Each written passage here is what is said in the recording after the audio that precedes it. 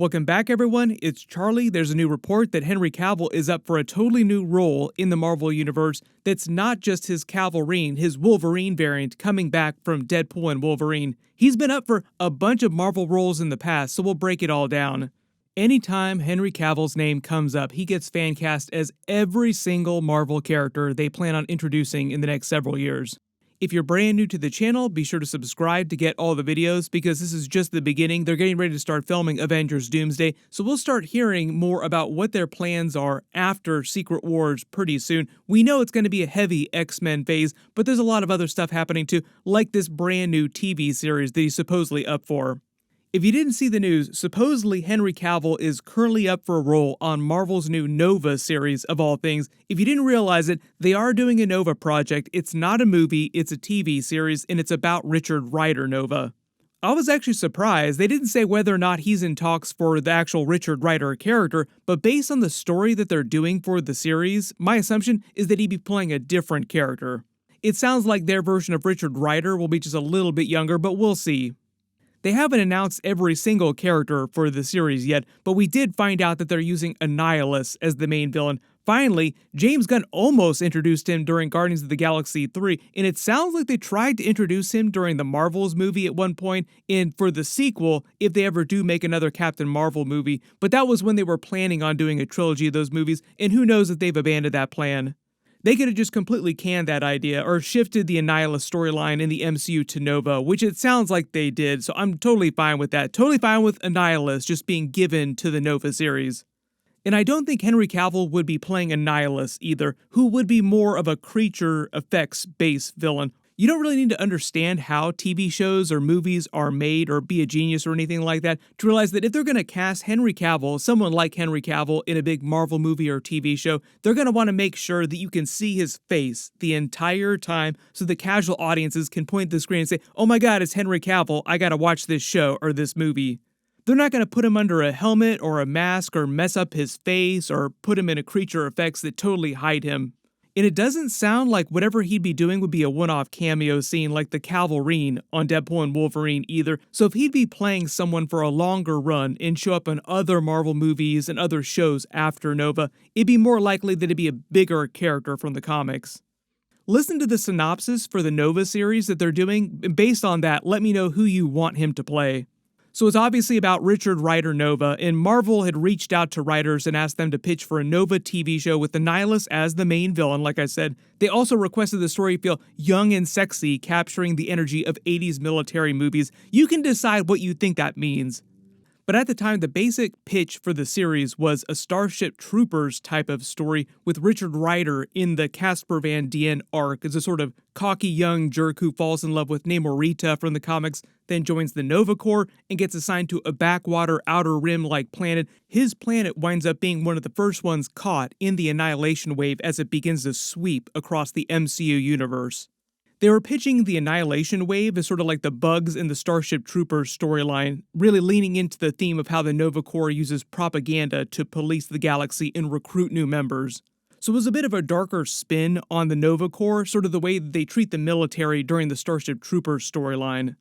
They weren't going to kill off Annihilus during the series. He was going to appear in other Marvel projects after that, and I don't think they were going to completely stop the Annihilation Wave. I think it was just going to be a big part of it.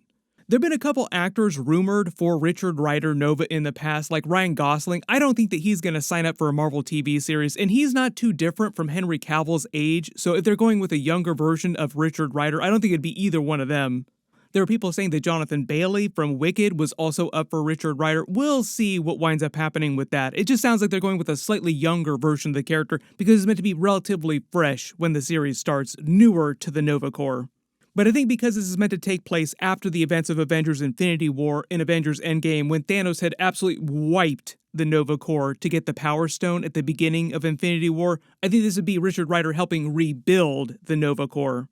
There were a lot of theories about them using that deleted scene from the beginning of Infinity War. There was like a whole deleted sequence of Thanos coming to Xandar to destroy the Nova Corps to get the Power Stone. The people were thinking they were going to use that as the sort of lead-off for the beginning of the Nova series in his origin story in the MCU. But now it kind of sounds like they're doing something completely different with the character, and they're just kind of jumping way past that in the timeline. And because they mentioned Namorita during his storyline in the Nova series, a lot of people are wondering, the character that they actually introduced during Black Panther Wakanda Forever was Namora, who in the comics is Namorita's mother. Namorita was introduced in the Nova comics and then teamed up with him on a New Warriors team. That was their whole connection. Marvel did try to make a New Warriors TV series, but based on the Squirrel Girl roster, like completely different roster of characters. They filmed a pilot episode back in the day, but the network that was going to air the series Freeform canceled it after deciding to pivot their strategy. I think because they figured out that the series would be too expensive for them to make, required too many special effects. That's actually the same network that did wind up releasing the Cloak and Dagger series. A lot of people asking if we'll ever see them in the MCU again. Like, are they going to canonize Cloak and Dagger to the MCU? Maybe at some point. We'll see about that. But the reason why they did that series is probably because it was lower budget and it was a younger cast, like it was skewing younger. And I think the network also wanted to go for a younger audience than they would have gotten with the New Warriors TV series.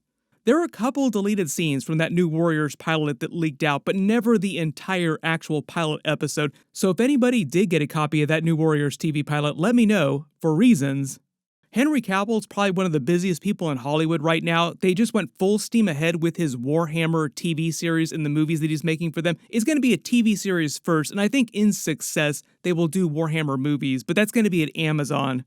So I do think in success, that Warhammer TV series will make him relatively unavailable for a lot of other big long-running TV series or big movies that he can't film in between seasons. But he's also talked about playing Captain Britain in the MCU in the past. I've seen a ton of fan casting of him as Hyperion. Even though he's an Eternal character, his backstory in the comics reads kind of like a parody of Superman's backstory. And remember, if he does wind up on that Nova series, whoever he would be playing, it would basically kill any chances of him playing other characters in the MCU going forward. So let me know in the comments, who do you want him to play if he's going to be on this Nova series? It'll be interesting to see what Marvel does with the Annihilus character. There were a lot of rumors they would use him as an Avengers-level villain back in the day when they were still trying to figure out what they were doing with Avengers Infinity War and Avengers Endgame. There were so many theories about what that movie was going to wind up being. James Gunn revealed that originally he was going to be the main villain of Guardians of the Galaxy 3 and the person who created Rocket instead of the High Evolutionary.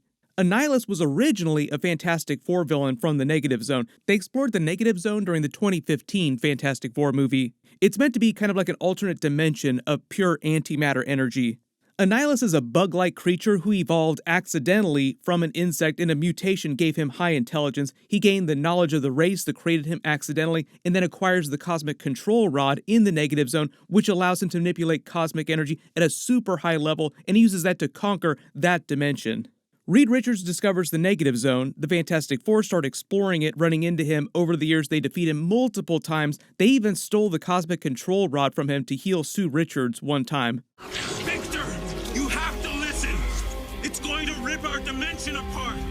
You have to give it up. Let us take it back to the Negative Zone. So the Fantastic Four are really the only threat that Annihilus fears, but he tries to invade Earth multiple times, crossing dimensions different ways with his army. Each time, he is defeated by the Fantastic Four, sometimes with the help of other Marvel crossover characters like the Avengers, the Thor characters, the original Captain Marvel, even Agatha Harkness. We just got that new Fantastic Four trailer. Around the time that this Nova series would be happening, we'd be seeing Annihilus show up in the MCU. That brand new Fantastic Four team would be permanently inside the MCU, so they could actually use Annihilus in future Fantastic Four movie stories too. The connection between Annihilus and the Guardians of the Galaxy is the Annihilation storyline and the sequel to that event, Annihilation Conquest. So during Annihilation, Annihilus invades the regular universe with his army, the Annihilation Wave, after he discovers the Negative Zone version of the Power Cosmic, the force that Galactus wields, giving him a huge power upgrade.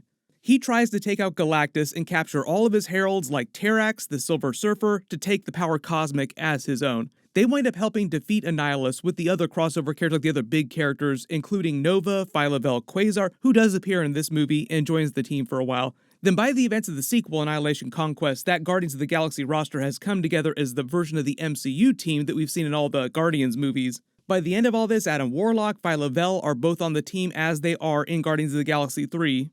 But the main villain of the sequel event winds up being Ultron, who takes control of the Phalanx army, a race of technological beings. The universe had been weakened by its fight against Annihilus during the Annihilation event, and he uses that to his advantage to try and take over himself. That was meant to explain what happened to Ultron after the Avengers fire his body into deep space. It would have been like what happened to Ultron after the events of Avengers Age of Ultron. But even though they had planned to use Annihilus in the Guardians of the Galaxy 3 movie, and they're changing a lot of the Ultron plot from Annihilation Conquest, even had they included all that stuff in Guardians 3, there still would have had to have been a lot of changes, because Annihilus doesn't have any real connection with Rocket in the comics, so making him Rocket's creator, as James Gunn said he would have done, would have been another big change. The entire point of the movie, like the main plot, was meant to be Rocket's origin story. He'd always planned on telling that story. And in the comics, High Evolutionary also did not create him, so that would have been another big change. Originally, the group that created him were called the Game Masters of Half-World. There is an Easter egg for that in the first Guardians of the Galaxy movie during their prison lineup. Based on the way Rocket's origin goes down in the MCU now, I think this means that he fled to Half-World after he escaped the High Evolutionary, and then just grew to adulthood there before he met Groot. But you can see how they were planning on turning Annihilus into a much bigger character early on, which a lot of you have been theorizing heading into Marvel Phase 6 and beyond. Post-Thanos, Avengers Endgame, there's just a short list of villains that everyone's been theorizing are big enough or could become big enough to be Thanos-level threats, and Annihilus is one of them. But everyone, post all your reactions in the comments below, and there's a bunch of big stuff coming up, so big reminder, Daredevil Born Again episodes are going to start in a couple weeks. Of course, I will do all the episode videos for that, just like back in the day with the Netflix series. Be sure to enable alerts for my channel so you don't miss any of that. Very timely, because it seems like there are a lot of people inside the Marvel Cinematic Universe that could use a really good lawyer right now. Everybody click here for my new Daredevil Born Again trailer. There should be another one in a couple days too. And click here for my new Captain America Brave New World post-credit scene video. Thank you so much for watching, and I'll see you guys in the next one.